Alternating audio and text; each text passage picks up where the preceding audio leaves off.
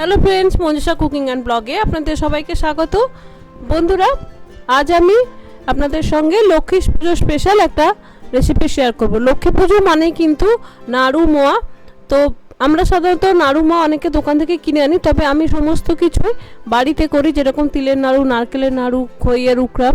তো এবারে খইয়ের মোয়া এবং চিড়ের মোয়া করছি, তাই ভালো আপনাদের সঙ্গে শেয়ার করি।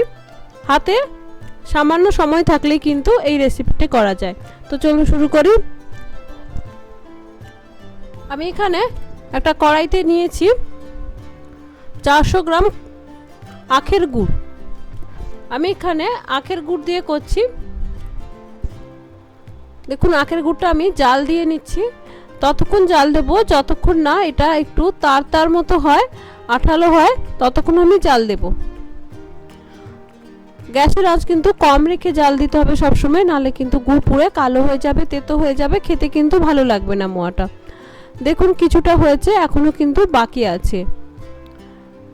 দেখুন গুড়ের কালারটা কতটা চেঞ্জ হয়ে গেছে। আমি আরও 2-3 মিনিট জাল দিয়ে নিয়েছি, তারপরে আর একটা ফেনা হচ্ছিল, সেটাও কিন্তু কমে গেছে। এবার দেখুন অনেকটা কিন্তু তার তার মতো। তো এবার আমি গ্যাসটা নিভিয়ে দেব। গ্যাসটা নিভিয়ে দিয়ে আরও মিনিট 2-3 কন্টিনিউয়াস নাড়ব। গরম কড়াইতে যে গরম আছে তাতেই কিন্তু অনেকটা হয়ে যায়। দেখুন 2-3 মিনিট পরে গুড়টা একেবারেই ফেনা শেষ হয়ে গেছে এবং একটু কালচে দেখাচ্ছে। এবার এখানে আমি নিয়েছি 200 গ্রাম খই। খইটা আমি ভালো করে বেছে নিয়েছি, কারণ খইতে অনেক সময় কিন্তু ধান থাকে। বেছে নেবে, নালে মুখে পড়লে কিন্তু ভালো লাগবে না। এবার খইটা আস্তে আস্তে দিয়ে আমি গুড়টার সঙ্গে মিশিয়ে নেব। গুড় কিন্তু এখনো ভালোই গরম আছে, তাই খুব সাবধানে আস্তে আস্তে এটা মেশাতে হবে, যাতে গুড় হাতে না লেগে যায়, তাহলে কিন্তু হাতে সঙ্গে সঙ্গে ফোসকা পড়ে যাবে। তাই জন্য খুব সাবধানে আস্তে আস্তে গুড়টা আর খইটা একসঙ্গে মিশিয়ে নিতে হবে। দেখুন মিশিয়ে নিয়েছি আমি।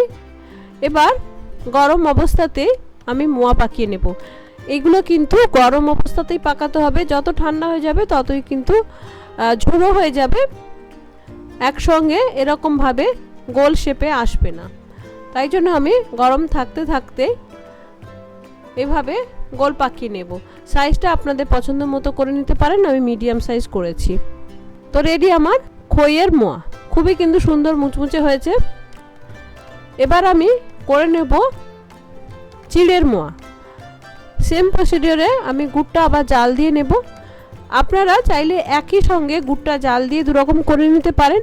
সেক্ষেত্রে আর একজন লোক থাকা কিন্তু খুব জরুরি, একা কিন্তু করা যাবে না। আমি একা করছি, তাই জন্য আমি প্রথমে কিছুটা গুড় জাল দিয়ে খইয়ের মোয়াটা করে নিয়েছি, আবার কিছুটা গুড় আমি জাল দিচ্ছি চিড়ের মোয়ার জন্য। আমি এখানে 300 গ্রাম মতো গুড় নিয়েছি। দেখুন গুড়টা আগে যেরকম আমি জাল দিয়েছিলাম সেরকম কিন্তু জাল দিয়ে গ্যাসটা নিভিয়ে দিয়েছি। এবার 2-3 মিনিট ঠান্ডা হয়ে গেছে। এবার দেখুন আমি এখানে নিয়েছি কিছুটা চিড়ে, ভাজা চিড়ে। এইটা সাধারণত ছোলা বাদাম ভাজা যেসব দোকানে পাওয়া যায় না বন্ধুরা, চিড়ে ভাজা, চাল ভাজা, সেই সব দোকানে পাওয়া যায়। তো এটা কিন্তু নুন ছাড়া এবং নিরামিষ দোকান থেকে এনেছি আমি ঠাকুরের জন্য করব বলে। এটা চাইলে বাড়িতেও কিন্তু ভাজা যায়, আমার বাপের বাড়িতে আগে ভাজতো, বাড়িতে দেখেছি। তো এবার আমি চিড়েটাও গুড়ের মধ্যে দিয়ে ভালো করে মিশিয়ে নেব। চিড়ে যেহেতু খইয়ের মতো অত ফোলা হয় না, হালকা হয় না, পরিমাণে বেশি হয় না, সেহেতু আমি এখানে 250 গ্রাম চিড়ের জন্য 300 গ্রাম গুড় দিয়েছি। এবার ভালো করে আমি মিশিয়ে নেব।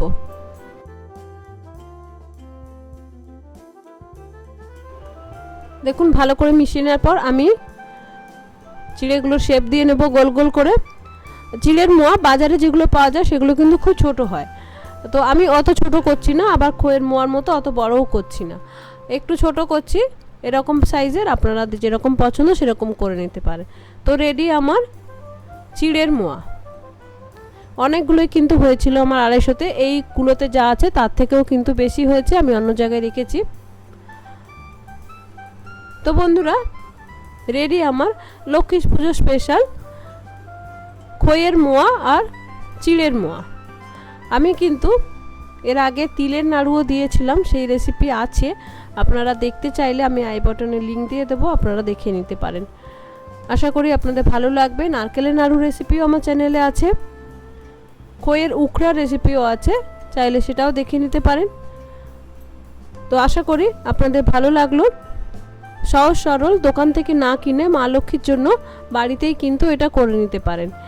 দোকানের থেকে বাড়িতে করলে 1000 গুণ খেতে ভালো হয় এবং ফ্রেশ থাকে, দোকানে কবে করে তা ঠিক নেই। তো পুজোয় করুন আর মা লক্ষ্মীকে দিন। ভালো থাকবেন, নমস্কার, ধন্যবাদ।